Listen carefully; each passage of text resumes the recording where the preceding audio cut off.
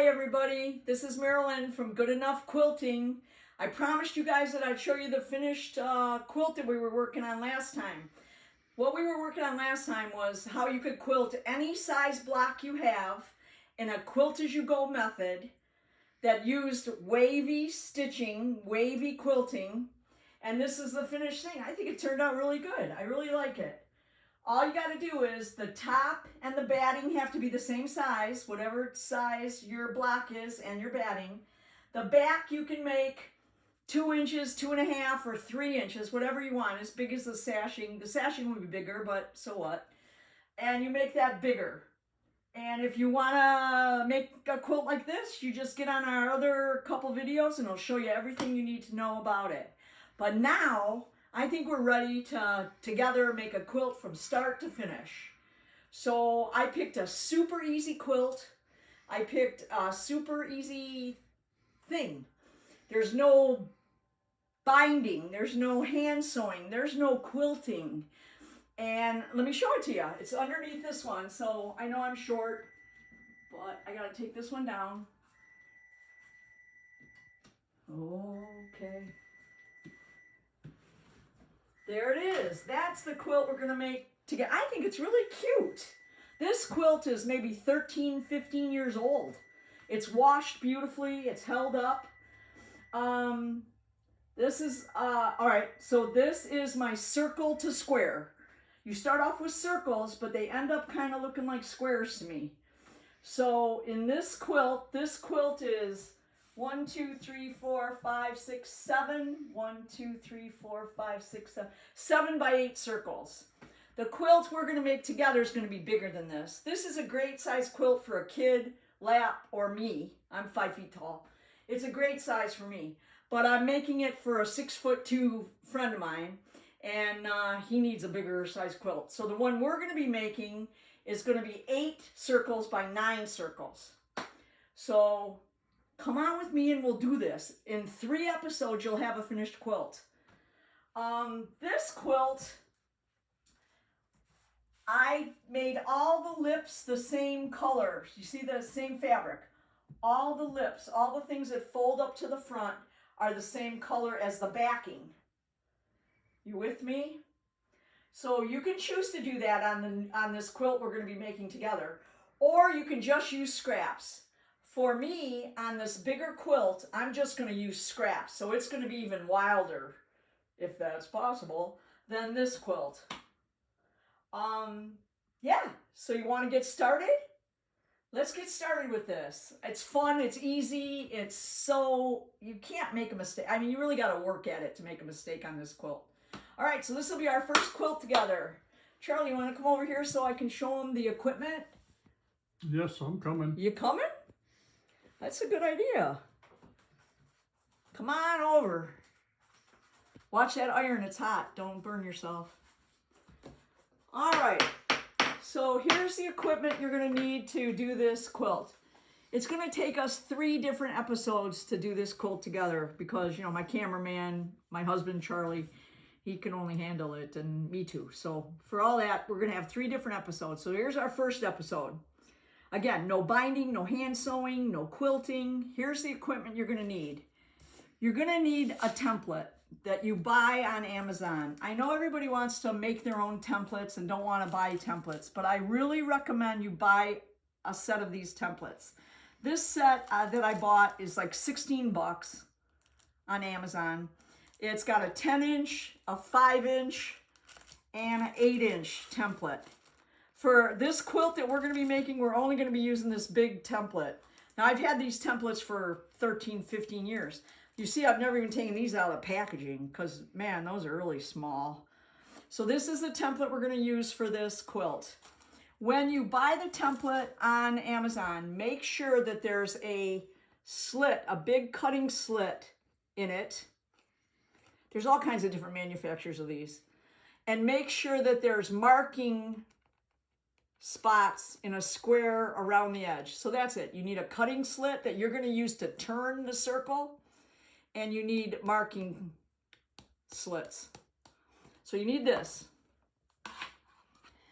I don't use any of those fancy water soluble or heat disappearing ink stuff, I use a number 2 pencil or Tailor's chalk.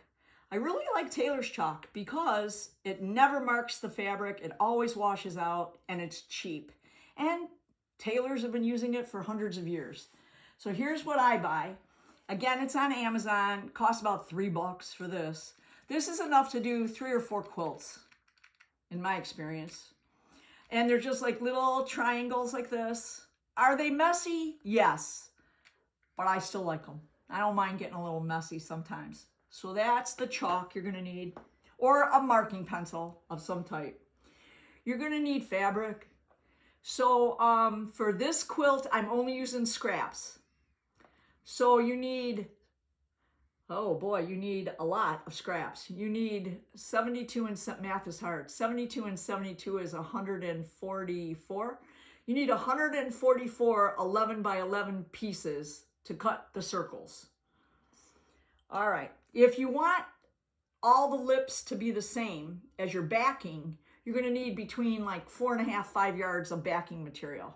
Go with 5 yards and then you'll have more scraps to do the next quilt. Because you're going to make this quilt again. It's that easy and friendly. All right. Charlie, can you show them this cutting mat over here, this rotating cutting mat? This is a game changer. If you don't have one, go grab one of these. Again, this one is on Amazon. It costs about 24 bucks. It's a 12.5 by 12.5, which is perfect for this size quilt block. But I tell you, I wish I had gone bigger. But this is all you need for this size block, for this quilt. But if you can have the finances to go a little bit bigger, go a little bit bigger. You can always use it for smaller. And so this is a Fisker's 12.5 inch. I like it because it's got the diagonal lines and I can use it to square up my blocks. But anyway, you need this.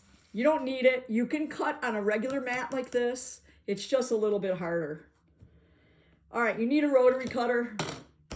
And you need the batting. The batting for this is I use this. I use Pellon fusible fleece, low loft, 100% polyester fleece, batting, whatever.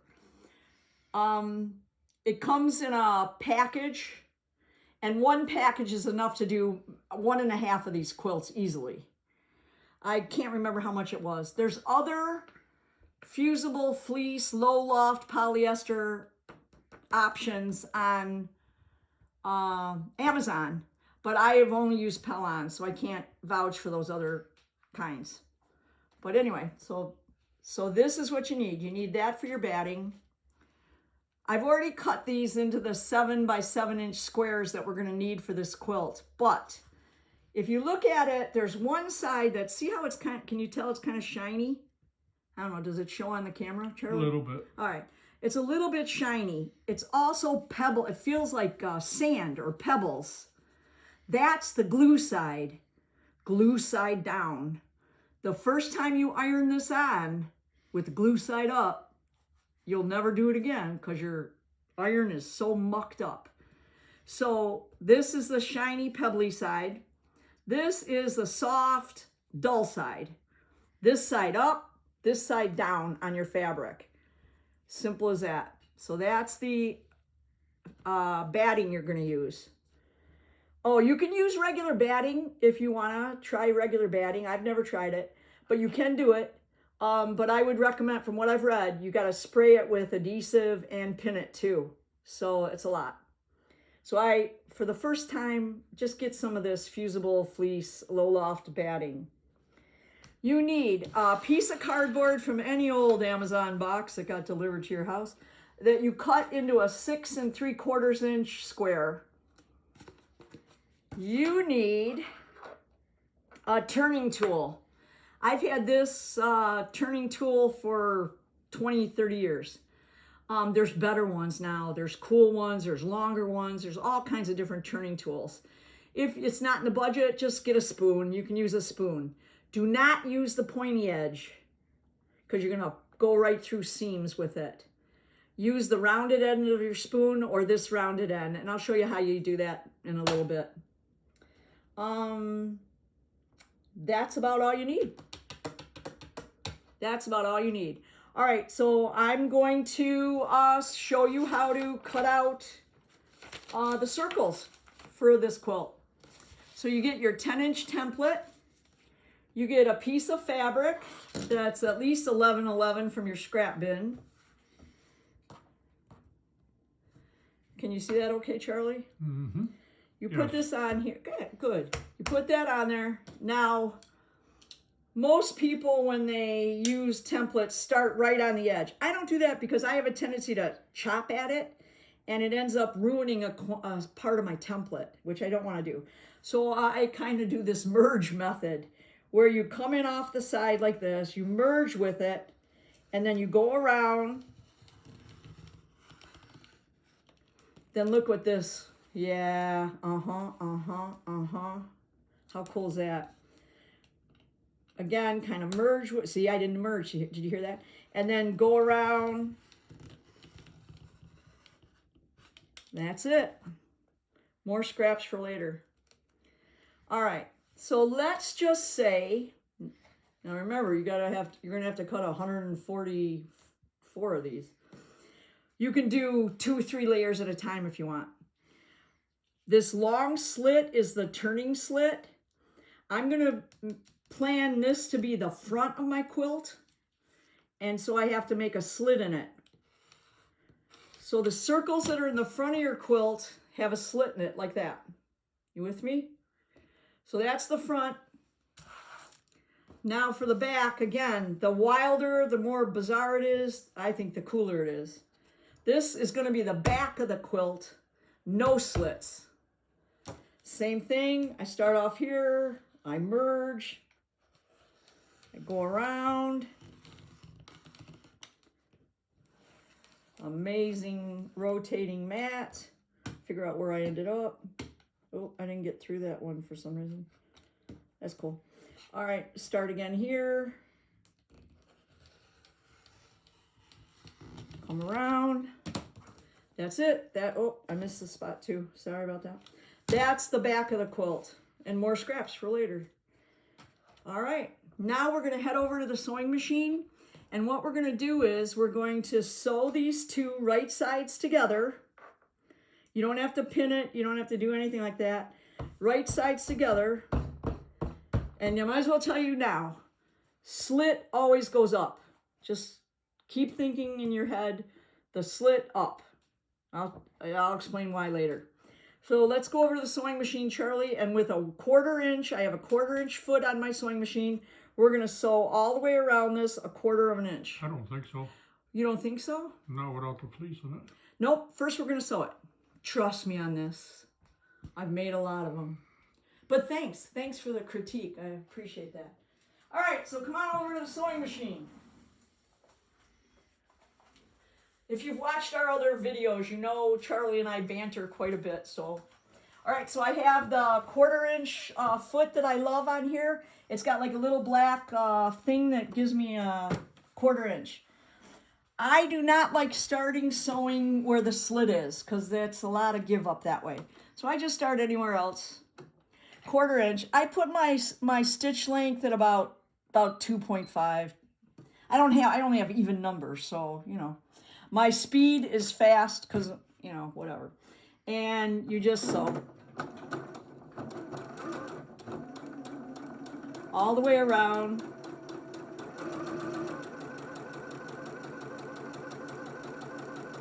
Again, if you just hold it, it should turn. You don't have to like steer it a whole lot. Let the machine do it. Kind of like when we were doing the waves, same idea. When we were quilting as you go waves.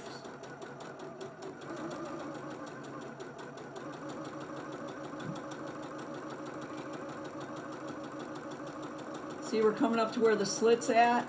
Can you see that, Charlie? Yes. Awesome. Again, it is not an exacting quilt. Don't get yourself all worked up. It really is very forgiving. Yep. And then I do backstitch, just a few, like 3 or 4, that's it. I have a little cutter thing there, which I love. All right, so now we're going to have to mark this to know where to put that batting fleece, although Charlie thought we should have done it sooner. Now we're going to go over and mark this. So we come over here. You with me, Charlie? I'm right here. We got this sewn 1/4 of an inch, right sides together. We get our little template. We line up the slit with the slit. And what I want you to do is, I want you to mark, oh, you don't have to mark all 4 corners, but mark at least 2 corners. Here I'm using this triangular chalk. I'm using a pink because I like it. It's cool. I'm just going to mark that one and this one. I think that's enough for me to line it up. But if you want, you can do all 4 if you're so inclined. Good enough. I did 3 of them. You take one of your fleeces that you've already cut to 7 by 7. You take the pebble side down, line it up with those squares. Again, it doesn't have to be exact. Don't worry if the tips go a little bit out. Doesn't matter. Now we're going to fuse this onto here. So we're going to go over here to the ironing board, Charlie. Yes, ma'am. Yes, we are. Hopefully my iron's still hot enough. I'm going to set this iron because remember, this is polyester. So I actually have a polyester setting on here. I'm going to set it on, mine is a 3 out of, I don't know. But anyway, I set it just a little bit hotter than polyester. I do use steam. And what we're going to do is we're going to hold it down on there for 10 seconds in each spot until it's fused. So I actually count till 10. 1, 2, 3, 4, 5, 6, 7, 8, 9, 10. Then you overlap it. 1, 2, 3, 4, 5, 6, 7. You get the idea. 10. Then you overlap it. What am I at? 3, 5, 7, 8, 9, 10. You know, it's not an exact science. And then you do this for like 10. Meanwhile, I contemplate, you know, world events and things like that.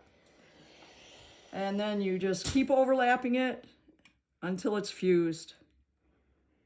6, 7, 8, 9, 10. Now I'm going to check it just to make sure that all the edges fused. And by check it, I just do this. Oh, see, that was a little up. I'm going to do that one again. 1, 2, 3. That might have been when I was contemplating world views.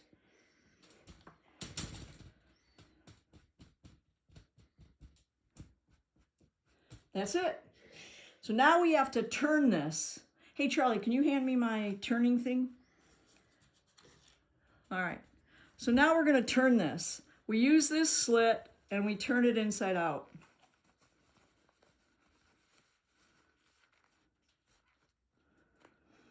Yep, you're going to do this for 72. Now, because we have 2 of these sewed together, you're going to have 72 circles, right? So you're going to do this 72 times.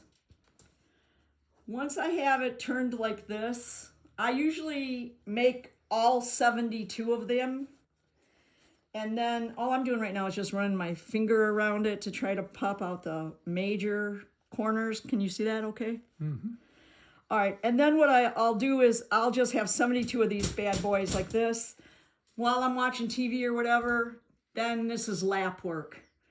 You take your spoon or whatever you bought or whatever you have, and you start to push these edges out. I can do this while watching TV, yelling at the dog to stop barking, playing games intermittently on my iPad, whatever. And you just go around. You're going to want to take a little bit of time with this and make sure you do it pretty good because it'll look better at the end. And that's all you do. You just push it around. Push out the edges. It gets a little tricky up by the top where gets a little tricky up here because you got this, you know, it's flimsy, but still try to do it because this is going to be a lip too. It's going to be a lip that covers the slit, you see? So you don't even have to worry about the slits because the lip's going to cover it. Okay, so looks pretty round to me. Round, good enough. And now you want crisp edges. So after I do all 72 of these, I come back to the ironing board and I iron all 72. Just like that.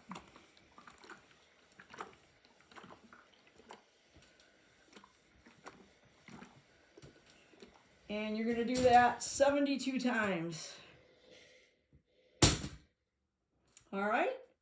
I think that's it for today. I think I gave you enough to do. Just shopping alone is going to take time. And that's about it. Oh, you know what? I would pre-iron my scraps. Once you have like 11 by 11 pieces, you know, cut out or however you're going to do it. I would pre-iron that just to get the wrinkles out. I think it's easier. And that's it. The next episode, we are going to have 70, you're going to have 72 of these bad boys made. So will I. And then we're going to sew these together. Let me show you one more thing now before we go. Yeah, let me add one more thing now. To sew these together, you need to chalk mark things. Let me show you. Let me show you. Hold on. Hold that thought. I know I'm changing the script, but we've got time. All right, so you've got this made, right? Put this down on your board. You line up your 10-inch template again, but remember, now it's going to be a half-inch smaller. So you're going to have space all around it. You're going to have like a 1/4 inch all the way around it. But you just line it up with the slit, with your slit, and that should give you just about a 1/4 inch all the way around it. You take your marking chalk. No, don't do that. Do this. It's easier. Take your 6 3/8 inch cardboard thing, ballpark it. Put the slit on this line. Put this pretty much level. These are just, you know, like Pirates of the Caribbean. These are just suggestions, not really rules. All right, so then you put your 6 3/8 inch cardboard thing on here, and you just mark it.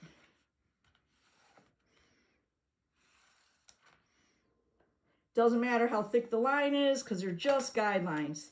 Can you see that pink on there really good, Charlie? Yep. So you're going to do that. You're going to do that on the front with the slit of all 72 squares.